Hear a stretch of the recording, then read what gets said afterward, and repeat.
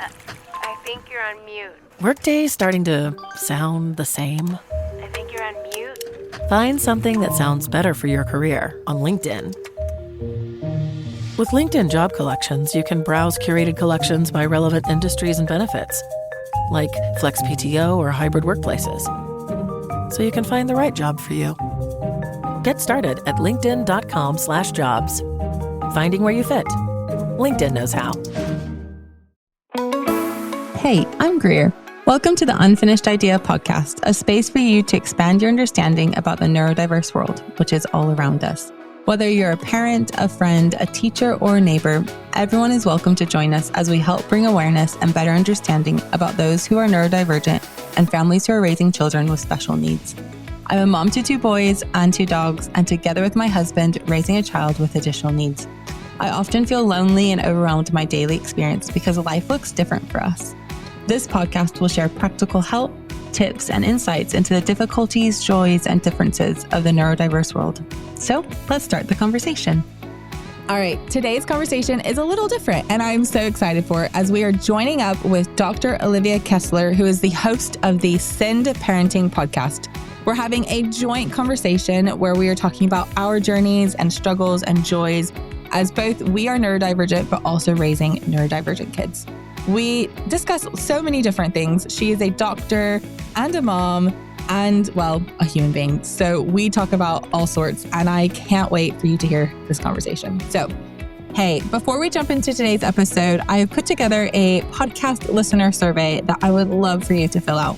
This survey is just here to help me craft the show better, make sure I'm talking about topics you want to hear, and overall serve you and your families. By filling out the survey, you will be automatically entered into a draw where you can win some amazing fun prizes like merch from the podcast that is not yet public, as well as some of my favorite things and even a call with me. So go down to the show notes and click on that link that's called Podcast Survey. And if you don't mind just filling it in. Now let's jump in. I'm Dr. Olivia Kessel, medical doctor, neurodivergent parent, and host of the Send Parenting podcast. I'm Greer Jones, host of The Unfinished Idea, a parent navigating the neurodiverse world with my son and others in our family. Today, Olivia and I are coming together to just have a conversation and talk about kind of just real life, real, honest, raw, and practical ways that we can all be doing life, supporting parents, caregivers of neurodiverse kids. I couldn't say it any better because, we decided to collaborate on this episode because the more neurodivergent voices that we hear, the better. Although we sound American, we both live in the UK and we have kids in the UK system and our views are from the UK, but we do come with an American background. But it's great to see more podcasts coming out from the UK because a lot of them have been in the US and it's just a little bit different. Things are different there. A lot of it's the same, but a lot of it also is different if you're working within the system here in the UK. So I think it's great. And it's exciting to actually, have a podcast where there's 2 hosts on board. Yeah, I think it's been such an honor and privilege to meet other podcasters who are in this space because they bring so much wealth and knowledge as well. And just, getting to collab has been one of the best joys. And just getting to have conversations, that are honest and real has just been so fun. And I learn every conversation. I say this on probably every podcast I have, but every conversation I walk away from something, which is just makes me want to do it even more and just, have more conversations with people. So I'm excited that we get to have this. It's a great way to get people to open the door. You know what I mean? I'll talk to people on dog walks. I have a verbal diarrhea problem. My mother's, diagnosed me with that at a very young age. I can't stop talking. It's wonderful because with a podcast, you can meet people you never would have met. And then you get to share it with everybody. So everyone else gets to, partake in that conversation too. So it definitely fits with my verbal diarrhea lifestyle. So I didn't know how to navigate this system. I didn't even know, until they said, oh, she's not going to be going forward in this school. I was like, what? What do you mean she's not going to be going forward in this school? Then I'm pulling her out of the school because I'll find another school and realize it's not easy to find another school. And learning about the EHCP, I was like, what's an EHCP? Why they hadn't told me about an EHCP, which is an educational healthcare plan for anyone that doesn't know what that is. But getting that EHCP, which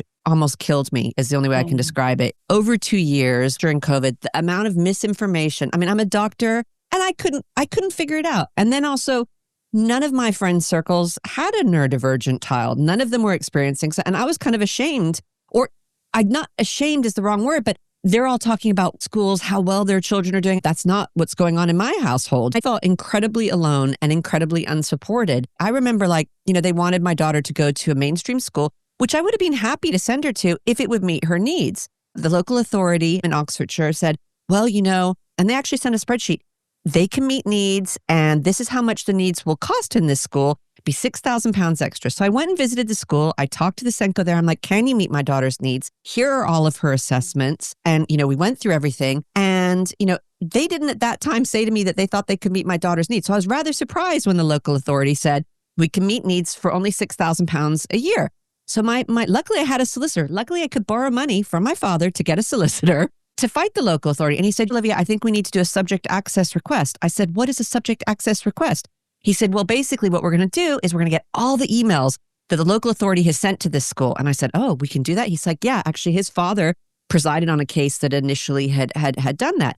So we get all these emails and I'm reading through them and it goes, the local authority even said, don't put anything in here because parents are getting wise to asking for this. But the school didn't listen because they didn't want my daughter at the school. And actually, the price that they quoted was £64,000 a year to educate my child. And they had grave doubts they'd be able to make needs because they wanted to put my daughter up a year because she was a summer baby. She was actually, I think she was a couple weeks out of the year that she was actually now in. Even though she was struggling, the local authority thought, well, we'll just put her ahead. So they wanted her to start in secondary school. I mean, why not just, blow her up right then and there? I mean, my heart rate was like 15 beats higher than it normally was. I was a stress case. And luckily, we got this. And I said, maybe we can take them to court. Maybe arrest these people. Yeah. This is fraudulent. My solicitor was like, Olivia, we need to play this calmly now. This is a good bargaining tool. I'm like, what do you mean it's a bargaining tool? They've outright lied. We still ended up going to tribunal. And the night before they conceded, it was such a horrific period of my life. Not to mention challenges at home, not having support. No one understood me. I felt so alone, angry, frustrated, pissed off. I said to my solicitor, I'm going to start a podcast. I don't have the energy to complain to the local authority and take them to court, but I do have the energy to give back to other moms out there. And it is mainly moms, dads too. I spoke to a nice dad last week, but to create a place where I could empower other mothers, where they could learn about things like a subject access request from experts in the legal field, in education, in the medical field, all the questions you need answered and the powerful journeys that they've been on so that you just don't feel so alone. As another long story made short, not really, and it's given me, like you said, as much as I've given it. And it's really helped me to actually get my daughter diagnosed with ADHD, which has been incredible. So it's such a gift to be a host of a podcast. Yeah. The EHCP process is, so we are still actually going through it. Oh, you poor thing. It's crazy. Just I think information is probably a better word. Sometimes I'm like the lies because I'm so mad. He went to nursery at 3. I was like, is there any support? And they said, we can't offer any support until he's 7. I was thinking for 4 years, I'm going to have to do this for so long. Respect their authority. Like I had white coat syndrome with teachers. They tell you and you're like, okay. I mean, in no realm of any world is it okay that your child and you are not going to be supported till he's 7, when he can have a dyslexic test, which is what I think they were referring to probably. And often formal diagnoses happen around 6 and 7 for most things. And so, but I was like, I just was like, oh my goodness, I'm going to have to do this. And it was so hard. And then school coming in, they should know the law, what is and isn't allowed. That's their job, Over and over, I see misinformation. Sometimes local authorities give misinformation to schools. It is muddled in confusion. Yeah. It just depends on where you are, even in the UK, depending on what local authority will and won't do. I mean, the area I'm in isn't known to have a great... Mine too. Yeah, it's not the best. Especially where we live in a quite diverse area. And so a lot of the children in my son's school, English is not their first language. And so again, they're navigating, trying to understand the school system as well. If their child's being told or they're being told about their child certain things, I know for a fact they're going to believe it because I've talked to moms at the school gate about it.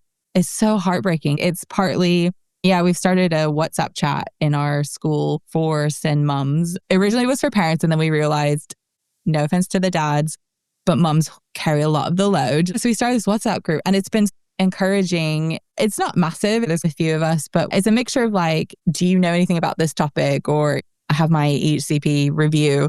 I'm worried about this or whatever, to like, we made it on time or we made it just to school, like to celebrate. And it's just having that group has been so helpful to not feel alone. It's powerful. Yeah. It's a lonely journey. It's hard.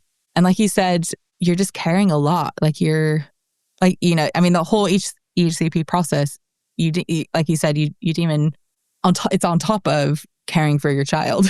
And the financial repercussions of it. I put my daughter in a specialist school borrowing money from my father. If he lives too long, we're in trouble. We scraped together the money. And like when we were going through the negotiations, like, because they said to me, they weren't going to help me with transport and the school's an hour away. So I was driving 4 hours a day, which is not sustainable. And being a single only breadwinner, it's not sustainable. And she couldn't take the public bus because she was 8, 9 years old. And they're like, are you going to risk it? It felt like a game of chicken with the local authority. My dad said, Olivia, you've got to risk it. So I risked it and said, no, I'm not accepting that. We're driving around Cornwall. And he goes, well, Olivia, if you lose your house, you lose your house. And I was like, what do you mean? He goes, well, now you're going to have to sell your house to pay for the school fees. And I'm like, he's right. You want to do what's best for your child. I just had my EHCP review yesterday and she's made such progress. It's the right place for her. If she hadn't gotten to that school, I would have sold kidneys to keep her there. It's not a good process for parents. Apparently, there are local authorities that are really good. I don't hear those stories. If it goes really good, you don't want to come on a podcast and complain about it. That's true. Where are you in your journey with your EHCP? So it's been submitted and there's such a backlog. I've chased it all the time. I kind of joke that my school, they have a love-hate relationship for me because I'm very much active in the school and like try and do a lot of things to build school community. But then I also come and I'm like, right, so how are we fixing this policy? Or how are we doing this for SEND kids?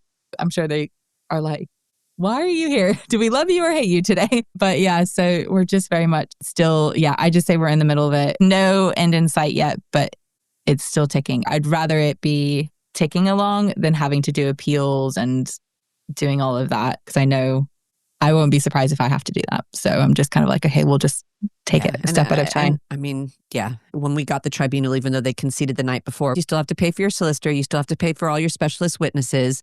You still have to pay them because they know that this is what the local authority does. I just burst into tears with the judge. He's like, how do you feel, Dr. Kessel? And I'm like, yeah. Yes. Yes, that says exactly. It all. And it's like, it's such an emotional roller coaster.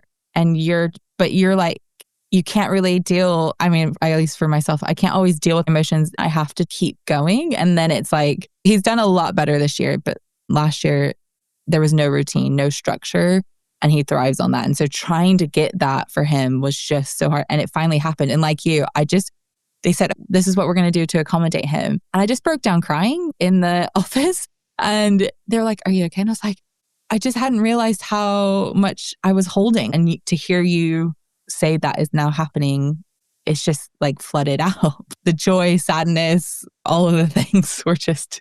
And it's so sad because it's part of a school's obligation. It's on websites that they have to make necessary adjustments for children.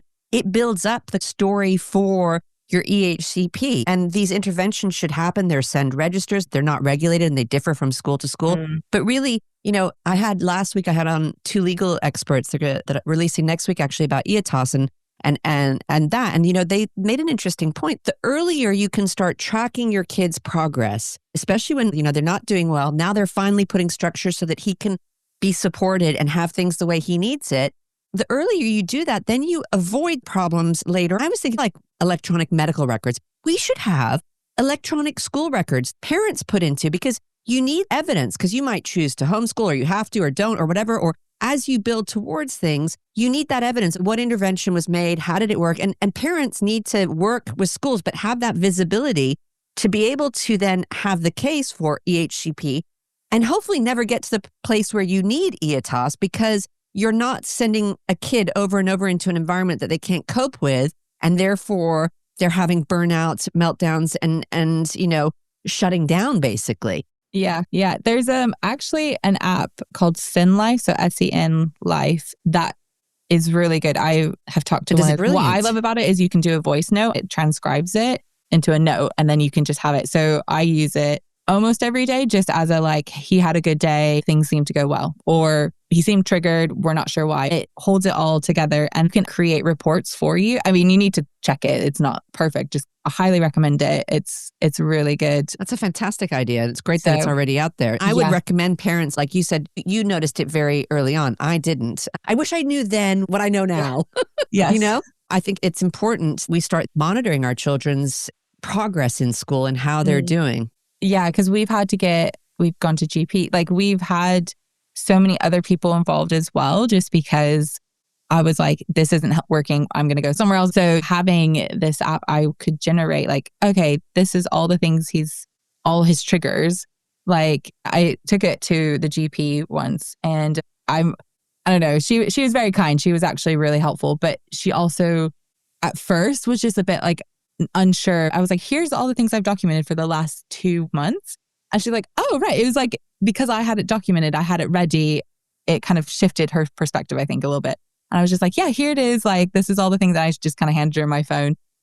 You could print them out and stuff as well. I just thought, oh, I don't mind her having my phone for a minute. Well, our memory is notoriously terrible. We are really, really, really bad. From a medical perspective, you don't remember what happens in the past. And then we have, it's skewed. So you have to really do it in the moment for it to be accurate. And unfortunately, both schools and healthcare, they're not as knowledgeable as we'd like them to be in neurodiversity. I wasn't taught anything. And I've talked to recent graduates of medical school. They're not taught a lot about neurodiversity. I've talked to educators as well. I just actually was at my daughter's school yesterday, and this woman was being trained in a teaching program in Oxford. They're given a week to learn about neurodiversity. She said, we were told dyslexia is only a reading problem. They didn't touch on other stuff. So there isn't that knowledge that we probably have as parents because we've done so much research ourselves. But they're the gatekeepers to you kind of getting diagnosed, unfortunately. Yeah. So having those notes and having that evidence does give you authority and power then to kind of break down barriers that we have in healthcare and teaching still. It's getting better, but especially with, underrepresented, or unrecognized, like let's say ADHD, not the hyperactive little boy, but more like my daughter, the daydreamer, the emotionally dysregulated girl. It's different. The parent has to become empowered to break through that. So I mean, with your GP showing them all this evidence, did it help? Yeah, she read through it, and having my son in the room, we were trying to get him sped up on the process for an ADHD diagnosis. She could see what you've written is also happening in the room. So it's not just a one-off instance. Because it has to be more than one setting. So she was like, yeah, I don't want to say she bumped us up but she was like, no, I can see this is actually really critical. And to get full access of what your support you're needing, you do need a diagnosis for some of this. So yeah, let's work together. So it worked really well. I have to laugh though. So my son, he is, for ADHD, he is what people think for boys, I should say. Like he is constantly moving. His legs were just like frog legs. Like they were just moving back and forth. He was having to touch everything, literally just walking around the walls, just touching all. And she was, and I was like, I'm going to just let him do it because I need her to see that this is our everyday. There's sometimes I'll say, let's sit down, here's some fidget toys, but she needs to see this is our everyday. And the other thing is he does a lot of vocal stemming, which isn't always an ADHD thing, but with his autism, again, he just started singing and dancing and breakdancing in her little GP office. And I was like, yeah, I'm going to. No, because sometimes they don't. When you want them to do something, they're sitting there as good as gold. Yeah. Oh, no. Yeah, no. He was like, and I was just like, yeah. And she's like, so, and then she goes, so is this every day? And I said, from the moment he wakes up at 5 a.m. till the time he goes to bed about 8, yes, this is what happens every day. And she's like, okay, let's look into this. I was like, thank you. Yes. I think back on that appointment and laugh sometimes. He was himself, which was great, but also just so very ADHD.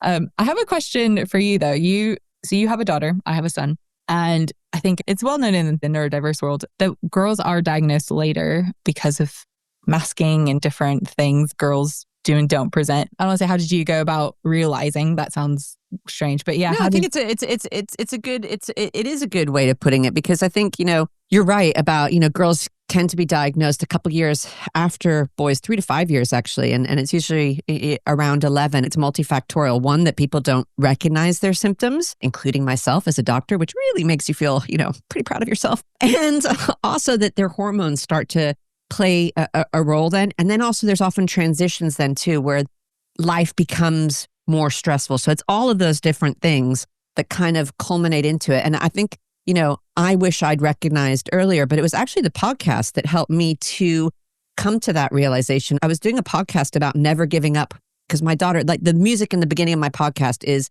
some music that my dad and my daughter composed together about never giving up when you have challenges. And so that's the beginning of my podcast. And I was going to do a podcast on her.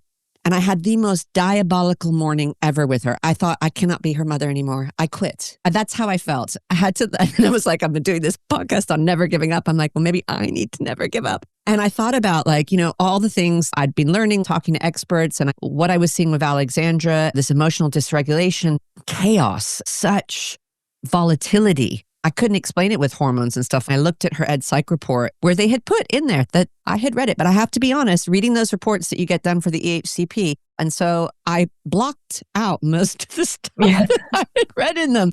And as I have explained, it was a really stressful time. And in it, it does say she's exhibiting some executive functioning issues, delays that could be indicative of ADHD. And I was like, I've always thought my brother had ADHD and my father has ADHD, but why would she have ADHD? And then that got me on my journey to learning more. I've just finished writing a book, which as a dyslexic, I never thought I would do. And it's called ADHD Unmasked. And it's about a doctor and a daughter's journey because I had no idea. My head was firmly buried in the sand. I just didn't want anything else. She was diagnosed as dyslexic. She had cerebral palsy when she was young from meningoencephalitis. I felt like it was another something and I couldn't deal with another something. And then learning about it, understanding her brain and diving into the science of it. Now I get it. And now our lives have changed so much for the better. It's remarkable. So, it was such an affirming process to get it and go along this pathway of discovery. And we're in such a better place now. I would encourage any parents, you weren't burying your head in the ground like I was, that people's minds are starting to change because it's not just ADHD. It's also autism can present very differently. And even dyslexia can present very differently. It's understanding when a child is struggling and their behavior is out of control. It's not them trying to be naughty. It's not them. It's not you as a parent just being a terrible parent or a terrible mother. Look deeper, find out what's going on. And you can get solutions that work. Now I know how her brain is wired, about the prefrontal cortex and developmental delay. Now I know about solutions that work, which I didn't know even with a medical degree. So good, so good, so good. New markdowns up to 70% off are at Nordstrom Rack stores now. Fresh kicks, spring tops, new dresses. There's always a score. I mean, the denim section is unreal. Why do I rack? All the dresses. I always find something amazing. Head to your Nordstrom Rack store to find can't-miss deals on all the spring things. Great brands, great prices. That's why you rack. This episode is brought to you by Progressive Insurance. Do you ever find yourself playing the budgeting game? Well, with the Name Your Price tool from Progressive, you can find options that fit your budget and potentially lower your bills. Try it at Progressive.com. Progressive Casualty Insurance Company and Affiliates. Price and coverage match limited by state law. Not available in all states. I had a big kind of mindset moment for me around meltdowns and just that kind of reality of what's happening when they're having a meltdown, but also how can I react in a meltdown? I'll be honest, I get really frustrated when he'd have a meltdown. Once you get into some of the science of it, kind of just other people's experience, just when you start to really explore it, you kind of realize, and that could be for meltdown, that could be for whatever, but just for me, it was meltdowns and realizing what was actually happening. It was kind of then triggering a meltdown in me and how I can handle my own emotions in those moments. And not that I'm perfect, but we're working on it. Opens you up to realizing, okay, this is how their brain works, how they're wired. Every child's different. Every human's different. The complexities, what works for one might not work for another. You become an expert on your child and what works for them. I find it sometimes fun, to find something that works. But getting to that point is really hard. And then when it goes backwards, sometimes you're like, oh my God, it's like Groundhog Day. But now I have the tools to go forward again. When people would say, oh, the prefrontal cortex, I'm like, yeah, I know where the prefrontal cortex is. It's behind your forehead. But who knew, how much the prefrontal cortex does? It does a whole bunch of stuff. And it's delayed in pretty much all neurodiversities, autism, ADHD, dyslexia. It has issues and they'll be different and vary from child to child. Our executive functioning skills start when we're 2 years old and develop over time in a step-like manner. Our kids are delayed. And my daughter's 30% delayed, expecting her to be at a certain level. And all of my friends' kids were, absolutely fine being left at home. I'm like, what is going on here? And then understanding that, okay, I need to manage my expectations and I need to actually meet up to where she's at in terms of her executive functioning age, not her chronological age, and finding those just right challenges. What can she do in the house versus what she can't do? And yesterday, I have to tell my proud mommy moment because mornings have been a nightmare for a long time and we've been winning with them, but there's ups and downs. But yesterday, she got ready. I now make her breakfast at 5:30 in the morning because that's when she wants to eat. And instead of eating crap, I make her breakfast at 5:30. She eats it. She got ready. I was editing my book, putting footnotes in, which for dyslexics is close to like ripping out my own fingernails.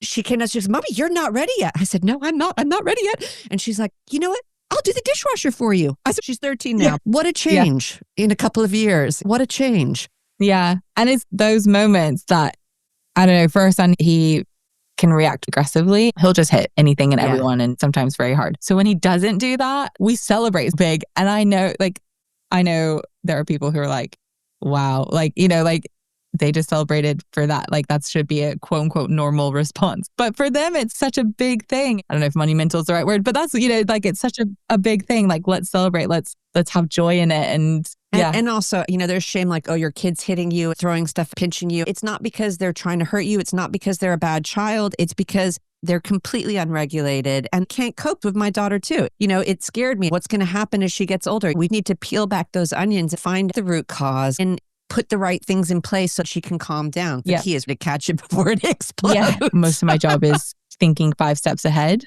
If you can catch it before it spirals, everyone is better. So once it spirals, they've got to wear themselves out. Just try and keep safe. Yeah, exactly. We call it meltdown wave. It's that you just have to ride the wave and just keep everyone safe. But, it will calm down.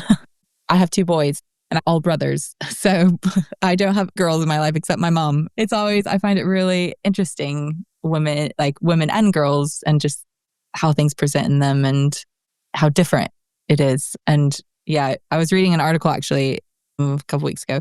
And I was saying how a lot of, not so much now, I think the first, and I'm so sorry, I'm going to probably quote this wrong, but I think the first full study, I think it was just ADHD in women, was in 2018. And since that point, it had been majority male, if not all male focus. I found that so heartbreaking, but interesting that 2018 was the first time it was like, oh, actually, women might have this. Yeah, women need research about them. Look at menopause. You could get Viagra on health insurance before you could get the oral contraceptive pill. So there's a definite bias, but it's still, it is something that needs to change. I think it is starting to change. And at least I've learned so much, hopefully through podcasts like this, through the book I've written, through books I've seen have come out now too, that more and more people are coming out and saying, this is my journey. The amount of women that have been misdiagnosed with personality disorders, depression, have been put on tons of medication that hasn't worked because it wasn't what was wrong with them. They were neurodiverse, is just insane. And it's interesting because the children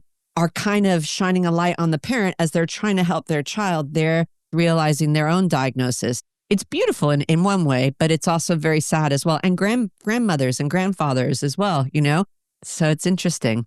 Yeah, it's really interesting. Like you said, as the parent is advocating for their child, realizing, oh, I have that, or that's how I react. I'm excited because I think that there's going to be, like you said, change is happening, but I think more changes is happening. It's like a snowball effect. I think it's like really getting momentum, and I think I'm excited. I'm hopeful that the world is going in not all areas, but in this area, the right direction. Just kind of the things that are happening. So I think it'll be a very different place when our children are our age. My daughter wants her children to be neurodiverse. Yeah. My mother said she'd put them in an institution. In 3 generations. Wow. That's good. That's good growth. I don't think she's passed. So I don't think she would have felt that way if she'd met my daughter. And also I don't think she realized it, but she actually raised 2 neurodiverse children. But she just didn't know. I guess from both a mom and medical point of view, is there things that we as moms parents, carers could be doing to support our kids. Does that make sense? No, and I think that's kind of what I try and say in my book, actually, because that is where my two brains meet. I've got the mom in me who's like, loves my daughter, has got all of her like parenting handbook that doesn't work at all. And all the parenting tips that I've had haven't worked until I've started meeting like neurodiverse parenting books like Dr. Naomi Fisher and things like that. I'm like, wow, that's how. And then the doctor side of me has really delved into the science behind neurodiversity, because for me, and I've geeked out on it. And then in my book, I try and simplify it, because once you understand what's going on in the networks of the brain, the structures of the brain, the neurotransmitters in the brain, once you figure that out, then you can find solutions that work. Now, not all solutions work for everybody, but if you understand the basis, then you can try different solutions that bridge those gaps. A simple thing like having lists, you know what I mean? In my house, we have, this is what you do first, and, first brush your teeth. And we started with stick-it notes because she can pull them off. I've heard of other parents who've used little light things that you stick on and you tap it and it lights up. Well, that's externalizing the child's GPS, which isn't working so well, which is their prefrontal cortex, and it makes it easy. Then their brains start wiring it. Eventually, it becomes a habit. My daughter doesn't need the notes anymore. It's taken 1.5 years, but she doesn't need it anymore because it's a habit. She doesn't need to use her executive functioning skills. At her EHCP meeting, they said, she doesn't know which commands to put in when. And I said, well, have you tried putting it step by step in, this kind of way with stick-it notes? Do this and keep repeating it. She'll get it. And they're like, oh, that's a very good idea, Dr. Kessel. So I think for me, like where the mother and the doctor like kind of combines is understanding the differences in the brain and then translating that into my mothering journey and how I parent. And it's really helped me in my expectations, in kind of how I do things, how I view myself as a parent. It has shifted as well by that. And then it's trial and error to see what works with your kid. When you find something that works, you can build on it and use it in different scenarios. I love the sticky note. We've not done sticky notes, but we do visual timetables for everything. Like I said, structure is so important to him. So visual timetables. But I like that idea of the sticky note with kind of the more detailed steps. So it's not just brush your teeth. It's, it could be put toothpaste, grab your toothbrush, put toothpaste, grab the toothpaste, put it on, kind of breaking down those steps even more. And then ripping them off and scrunching them up and chucking it in the bin. Oh, what fun. Yeah. A lot of work because you have to keep writing those bloody stick-it notes. So then I changed to bunting and I had clips with flashcards that could be reused. She could rip them off and throw them down, but then I could stick them back up again. Yeah. Smart. And like you said, as you were saying that, the thing that came to my mind, I hadn't realized is like getting dressed in the mornings. I get all his clothes out. We come downstairs. It's just easier. So it's all out on his little table. And I always say to him, okay, time to get dressed. First put on your shirt, then put on your pants. I verbally say it to him and I hand it to him. The last couple of weeks I've noticed I can say time to get dressed and he'll go, oh, okay. He now knows what to do. He's formed a habit. But we formed a habit. Yeah. We're getting there. One habit at a time. One habit at a time. Yeah. I think that's a difference. I know there are other parents out there who can just say to their kids at 5, go get dressed. And they can go get dressed or they can put on their shoes or whatever, and that idea that for a lot of neurodivergent families, they need to take that step back and go a bit slower. They'll get there eventually, but it just takes a little longer. And sometimes we have really bad mornings where she doesn't want to go to school. And you know what? Maybe I need to dress her and that's okay, And then I also use Alexa because she doesn't like me as he gets older. She doesn't want me to keep telling her to do, and telling often can be a problem because they'll hear it. And then, I like to talk. So I might give 3 instructions at once and that doesn't work. Having that visual, whether a drawing or words, my daughter much prefers to hear Alexa than me. Alexa just says, Alexandra, have you packed your bag? Alexandra, have you put your shoes on? It reminds her as well. And then she'll be like, Alexa, shut up. Yeah. Yeah. Which I don't take offense to. Yeah. But you can't tell her to shut up until you've done what she's told you to do. Yeah. That's smart. I need to write a sticky note to talk to Alexa about setting reminders. I find it really interesting how the brain works. And I am not a doctor, so I will not necessarily be reading all the medical journals, but hearing from people who also get the kind of neurodivergent side as well, it brings in a different lens, I think, than just a clinical doctor. I don't know if I can say, if that makes sense, just someone who hasn't had that experience. Yeah, exactly. Because you've lived it and actually being able to, for me, understanding the science has helped me to understand the solutions. And then seeing it in my little scientific study of my daughter, seeing how much it helps her, then it's like, wow, what have I been beating my head against the wall for? Trying things like the naughty step, traditional parenting, which doesn't work because that's not going to work with her brain. And now I understand why, so it's been liberating. Yeah. I had someone who kind of knows us, not loads. Yeah, basically tell me I should use the naughty step more and more rod. I was like, okay, thanks. I just let it wash over me. I tried that a year ago and it didn't work. And it was actually the opposite effect. And it just, thank you for your advice, but you have no idea. Things that people think will work just don't. And realizing that as parents of neurodivergent kids, that's okay. Kind of throwing, especially I'm trying to build a village of a community sense of people. And I say a lot to them, like, just remember you're rewriting the rule book because the current one doesn't work. So what works for you is good. To a lovely mom the other day, she's written a book called The Autistic Mom. I did a review of it with her and she said, who says we have to do all these things? And I thought, I've lived a very unconventional life and I've done what I've wanted, moved countries. Most people think I'm absolutely mad, but it's worked for me. But I agree, and I think neurodiverse kids and parents, we don't fit normal. So let us be us. And that's not going to, follow some sort of manual or whatever. Our brains are wired to, do things that are exciting, do things that are new. And, why would we sit on a naughty step? Yeah. I like to end my podcast with asking the question, what do you want the world to know about neurodiverse people? We are normal. And, that is the biggest thing I can say. It's, we are normal. And it's just sometimes that, some of the structures in life, like schools and workplaces and stuff like that, they are very regimented and they might not be the right way to do things. So they don't work that well for us and we need to make adjustments made. But honestly, we are as normal as a neurotypical person. And, a big shout out to everyone. You're not alone. There's lots of us. 20% of the world is neurodiverse. Some of the greatest thinkers and creators have been and will continue to be neurodiverse. This is who I am. This is who my daughter is. And we should be proud of it and, not feel alone and not feel ashamed. And I think that would be, I remember a time I worked, in HIV in California, Africa, when it was very stigmatized. And now being gay isn't as stigmatized. Neurodiversity is going that way too. We are all special, wonderful people, and our differences are what makes us special. It would be boring if we were all the same. That's my mission, I guess, and my passion. Yeah, I agree. If we were all the same, it would be boring. I always say neurodiverse people bring color into the world in many ways. So yes, thank you for sharing. I like to ask my guests, what are their 3 top tips that they can give the listeners that they could take away from them from our lengthy conversation today? My 3 top tips are, first, you're not alone. There is someone who is going through, maybe not word for word the exact same thing, but going through the same situation. And there are people who are, 1 step, 2 step, 10 steps ahead of you. And so, yeah, just you're not alone. And just to ask questions is totally okay. I think that's kind of, I don't know if that's 2 tips or not, but yeah, just the idea that you're not alone.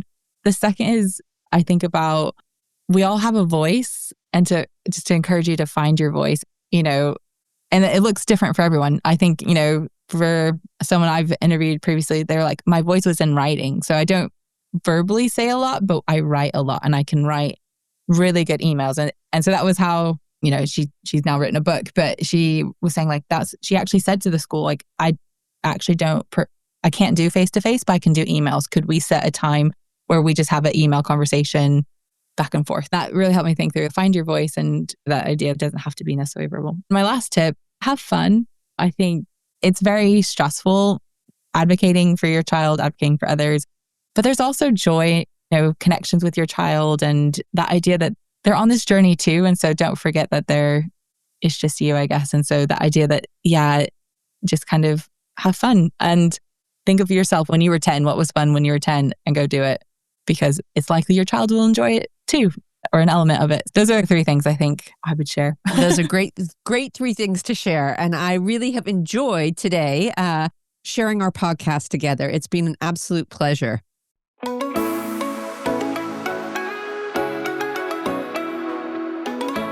Did you know masking or hiding neurodivergent traits can be so exhausting that it leads to burnout, anxiety, or even physical symptoms like headaches? Masking is when a neurodivergent person, consciously or unconsciously, suppresses their natural behaviors to fit in with social expectations.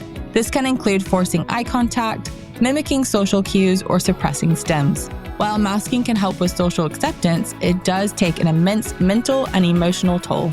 Over time, constant masking can lead to autistic burnout, or burnout in general, a state of deep exhaustion that affects emotional well-being, cognitive function, and even physical health. Hey, if you can take a minute to rate and review the show, that would help us out a lot. It means new folks can find us and learn all about the show and join in with the conversation. See you next week.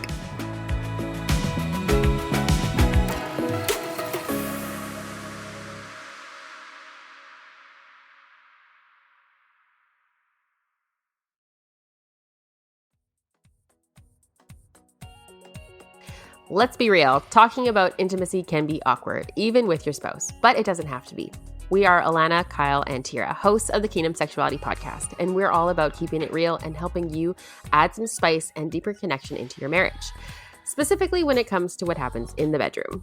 We don't shy away from the tough conversations that often get missed in Christian circles. With us, you'll get laughs, tips, fresh ideas, and challenges to strengthen your relationship and bring it to the next level.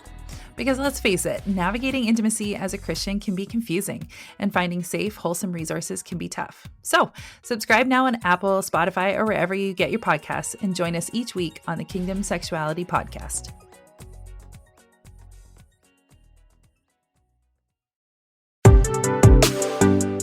Are you looking for your new favorite podcast that's both entertaining and will challenge you in your walk with Jesus?